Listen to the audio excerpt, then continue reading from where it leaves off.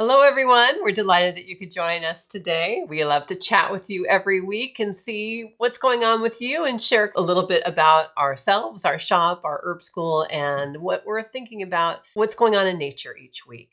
We're a mother-daughter team. We enjoy visiting with you. We hope that you'll come out and get acquainted with us if you live in the area. Yes. We'd love to visit with you. For sure. We're open at our shop the first 3 Fridays and Saturdays each month. So this is Goodbye August. Hello, September. Yes. And this is the week of the full moon also. It's been amazing, hasn't it? It has. So big and beautiful and bright. And I know you have a hard time sleeping with it. I have a tough time, and this has happened all my life. And for some of you who might have a little bit of anxiety or edginess around this time, believe me, I know what it's like.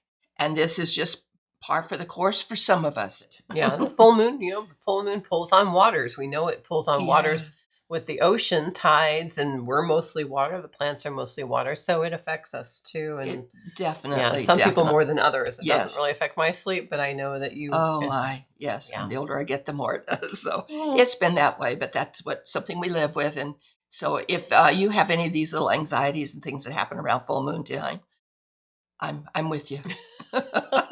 So Labor Day weekend's coming up. Yes, it is. Yeah, that September's turning the wheel towards autumn, and Labor Day is kind of that one of those demarcations that we know that summer is at its end and fall is beginning, which is right around the corner. Exciting! It's my favorite season. I know it's your favorite season too. Well, a lot of kids are back in school. Yes, they went to school early this year. Yes, and summer maybe just beginning after Labor Day. So maybe a lot of you've had your vacations. Your last vacation over Labor Day weekend, I don't know, but my daughter called me this week and said her classes had just begun, and so she was excited.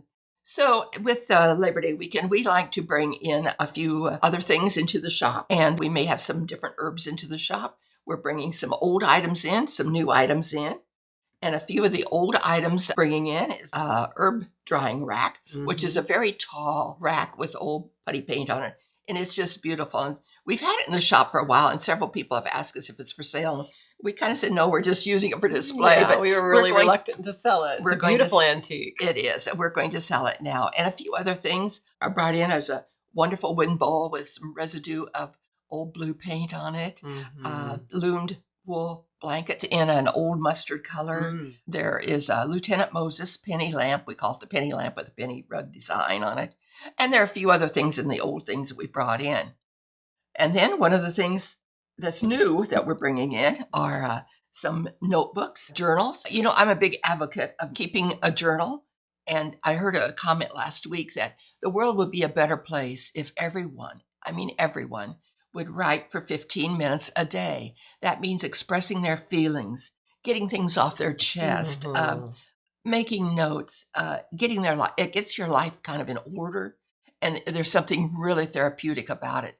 And I always have recommended doing it. And definitely. It's very, I think, it helps you both to reflect on your own life. Sometimes we get busy and we just kind of push thoughts and feelings away that we don't really want to address. And taking that time to journal helps us to really clarify what it is that we're thinking and what we're feeling. And then I think that really helps us to create plans of how to be proactive and move forward with things. But you made some beautiful ones. This is one. They're notes and quotes, and this is just one of them. And that's made out of wool. That's applique. And of course, everyone knows I love owls, and so those are wise words to go in that book. I love this fabric, and that's a pretty one. Kind of reminds you of fall. I love that fabric so much. And then this is another one with talk about fall. That's gorgeous.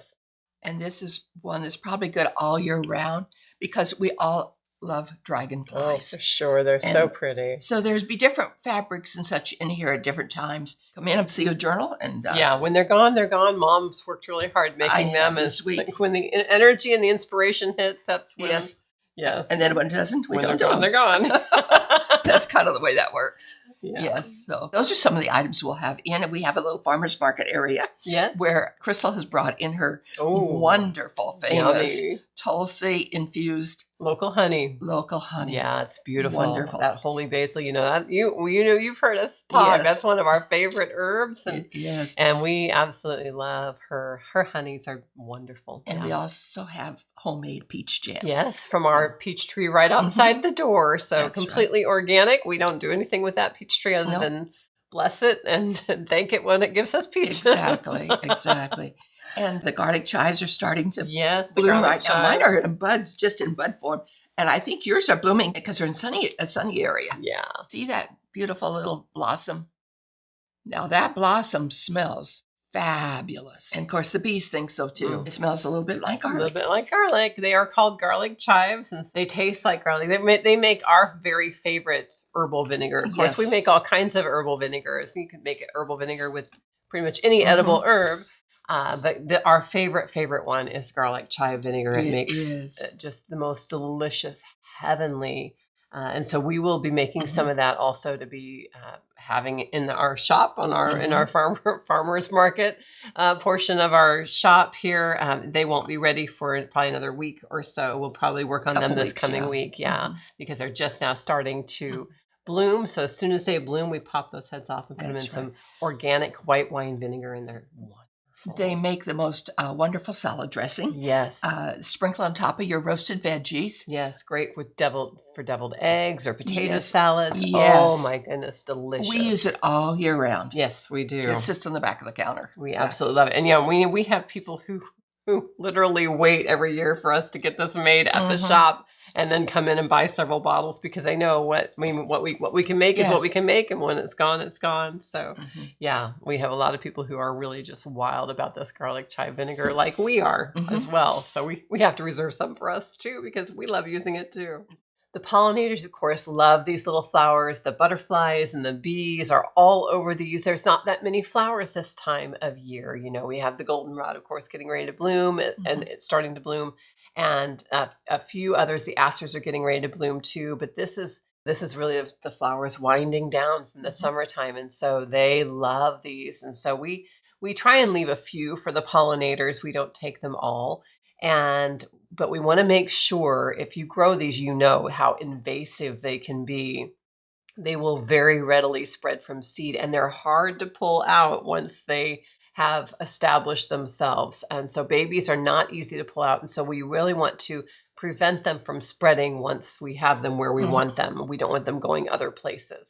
And so we make sure that we are clipping off the heads before they turn to seed, even if we're not using all the heads to make vinegar. And so you'll want to do that as well, unless you want to have some seeds to share with friends. It's a great pass along plant. And I like to watch the seeds turn. They're green first. You can see this green seed there, and then it starts to turn brown and then black.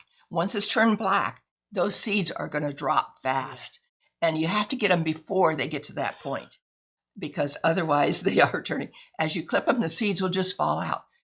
Go early enough to get them clipped. One of the things that I love to do this time of the year, and Labor Day is a good time to do it, Labor Day weekend, if you're home, and that is go around in the garden area, wherever, and collect the seeds that you want to save, or seeds you want to share with other people.